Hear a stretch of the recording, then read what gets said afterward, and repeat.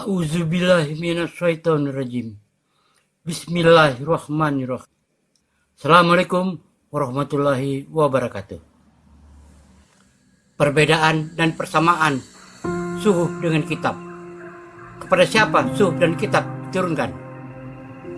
Pengertian suhuf secara singkat adalah sebuah lembaran. Kata suhuf adalah bentuk jamak dari kata saifah. Sedangkan kata saifah sendiri memiliki makna lembaran yang dapat dijadikan sebagai media dalam hal tulis menulis. Sehubungan dengan asal kata tersebut, masyarakat Arab juga terkadang menyebutkannya dengan sebutan Quran. Mereka menyebutkan Quran sebagai saifah. Alasannya karena Quran adalah kumpulan tulisan yang berbentuk lembaran. Ibnu Jarir At-Tabari juga sudah menyebutkan hal yang sama. Pengertian suhuf dalam bentuk jamak dari kata saifah. Dalam pernyataan tersebut, suhuf yang dimaksud adalah kitab milik Nabi Ibrahim dan Nabi Musa. Berdasarkan penjelasan di atas, maka dapat dipahami bahwa pengertian suhuf adalah sebuah wahyu dari Allah Subhanahu wa Ta'ala. Wahyu tersebut kemudian diberikan kepada Nabi dan Rasulnya, hanya saja berbentuk seperti lembaran-lembaran yang terpisah. Pengertian suhuf lainnya adalah wahyu yang diberikan kepada Nabi dan Rasul dari Allah Subhanahu wa Ta'ala. Isi dari suhuf adalah pujian, zikir, nasihat, dan tidak wajib untuk mengajarkannya kepada manusia. Perbedaan dan persamaan suhuf dan kitab. Setelah mengetahui pengertian suhuf, pembahasan selanjutnya adalah terkait perbedaan suhuf dan kitab. Pada hakikatnya, suhuf dan kitab sebenarnya memiliki sebuah persamaan. Persamaan tersebut diantaranya adalah langsung diturunkan oleh Allah Subhanahu wa Ta'ala kepada Rasulnya. Hanya saja perbedaannya ada pada cara penyampaiannya. Kitab adalah sesuatu yang diturunkan oleh Allah Subhanahu wa Ta'ala kepada para rasulnya. Tujuannya juga untuk diajarkan kepada umat manusia sebagai sebuah pedoman hidup. Berbeda halnya dengan suhuf. Suhuf adalah hal-hal yang diturunkan oleh Allah Subhanahu wa Ta'ala kepada para rasul atau nabinya. Akan tetapi hal-hal yang ada di dalamnya tidak wajib untuk diajarkan kepada umat manusia. Kemudian, isi dari kitab juga terbilang lebih lengkap. Tidak hanya itu, penjelasannya juga lebih rinci dalam bentuk sebuah buku. Isi dari suhuf umumnya adalah sebuah pujian yang ditujukan kepada Allah Subhanahu wa Ta'ala seperti zikir dan nasihat. Siapa yang menerima suhuf? Sedangkan hadis yaitu diturunkan kepada Nabi Syed 50 suhuf, diturunkan kepada Nabi Idris 30 suhuf, diturunkan kepada Nabi Ibrahim 10 suhuf, diturunkan kepada Nabi Musa sebelum Taurat 10 suhuf. Allah juga menurunkan Taurat, Injil dan Al-Quran. Hadis riwayat Ibnu Hibban. Seperti yang sudah dijelaskan di dalam pengertian suhuf, suhuf adalah wahyu dari Allah yang diterima oleh Rasul dan Nabi-Nya. Jumlah suhuf yang diterima oleh Nabi dan Rasul juga berbeda.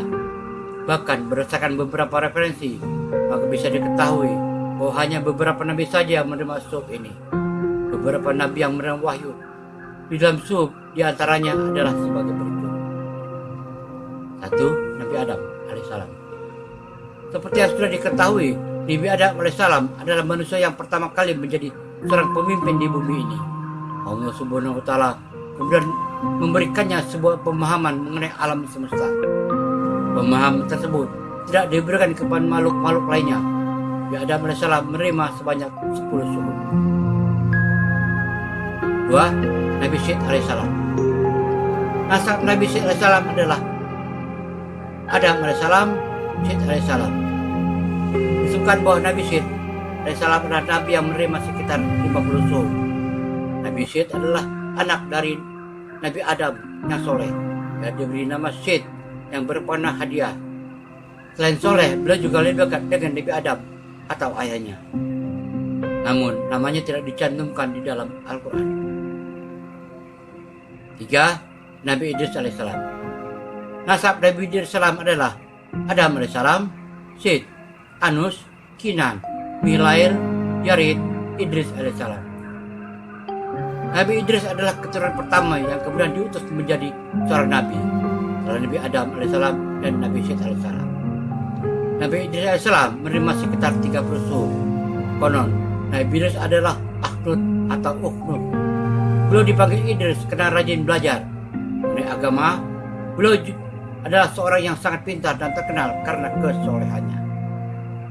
Mujizat Nabi Idris alaihissalam. 1. Manusia pertama yang pandai baca tulis dengan pena.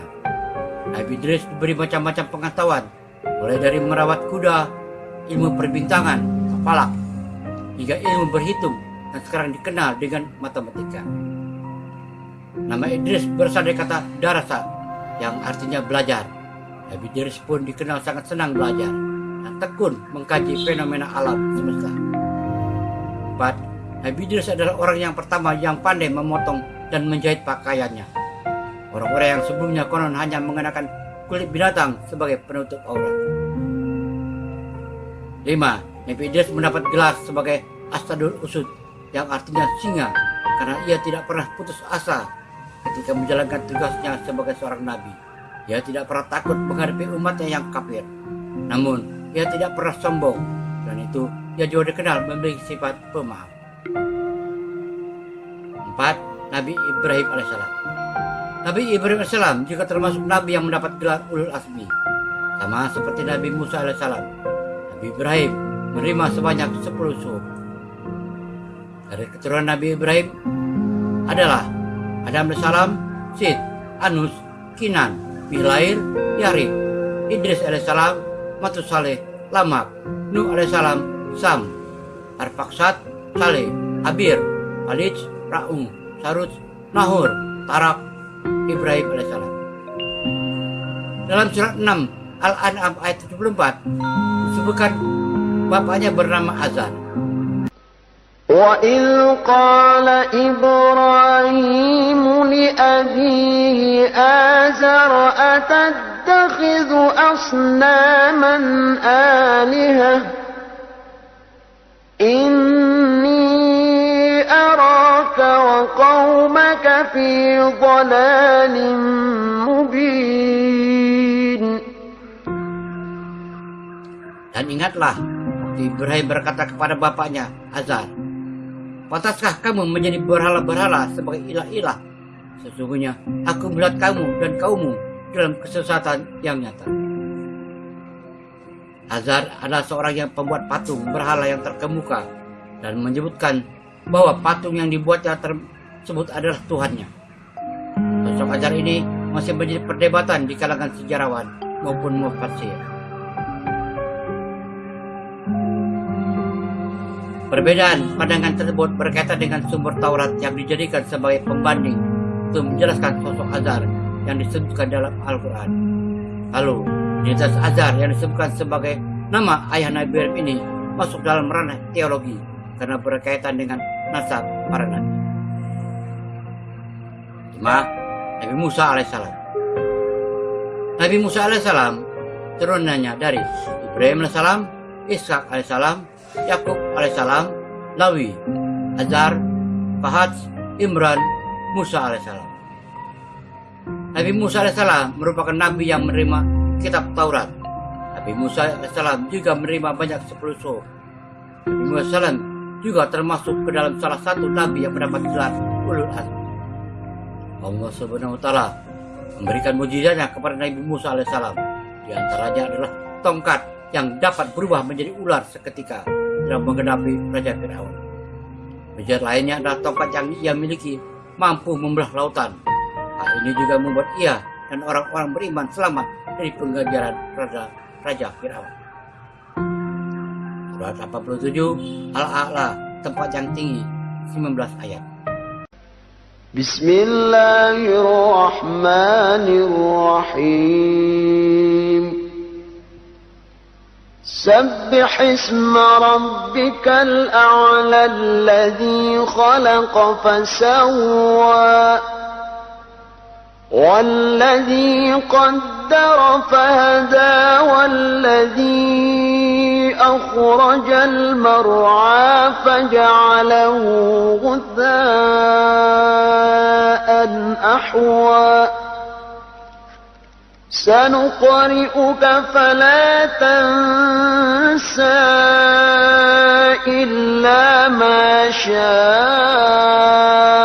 الله إنه يعلم الجهر وما يخفى ونيسرك لليسرى فذكر إن نفعت الذكرى سيذكر من يخشى ويتجنبها الأشقى الذي يصلى النار الكبرى ثم لا يموت فيها ولا يحيا قد أفلح من تزكى وذكر اسم ربه فصلى بل تؤثرون الحياة الدنيا والآخرة خير وأبقى إن هذا لفي الصحف الأولى صحف إبراهيم وموسى. Sucikanlah nama Rabbmu yang paling tinggi, yang menciptakan dan menyempurnakan penciptaannya, dan yang menentukan kadar masing-masing dan memberi petunjuk, dan yang menumbuhkan rumput-rumputan, lalu dijadikannya rumput-rumputan itu kering kehitam-hitaman. Kami akan membacakan Al-Quran kepadamu Muhammad, maka kamu tidak akan lupa. Kecuali kalau Allah menghendaki, sesungguhnya Dia mengetahui yang terang dan yang tersembunyi. Dan kami akan memberimu taufik perjalanan yang mudah. Dan sebab itu berikanlah peringatan, karena peringatan itu bermanfaat. Orang yang takut kepada Allah akan mendapat pelajaran.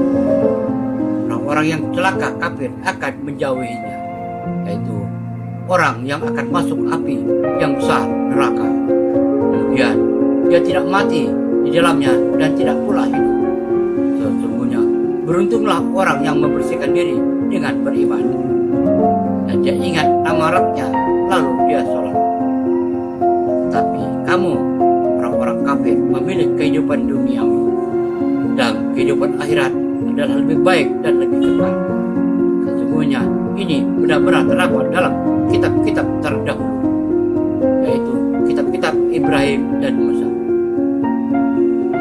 Pemberian suhuf kepada Nabi Musa mengacu pada surat 87 Al-A'raf ayat 19 ini.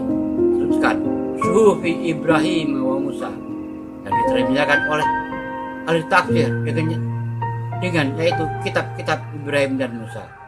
Sesuai dengan pengertian suhuf dan kitab tersebut di atas, Nabi Ibrahim menerima 10 suhuf dan Nabi Musa menerima 10 suhuf, kemudian menerima Taurat secara lengkap. Demikian perbedaan dan persamaan antara suhuf dan kitab yang diturunkan kepada para nabi dan rasul. Wallahu a'lam bishawab. Semoga bermanfaat. Assalamualaikum warahmatullahi wabarakatuh.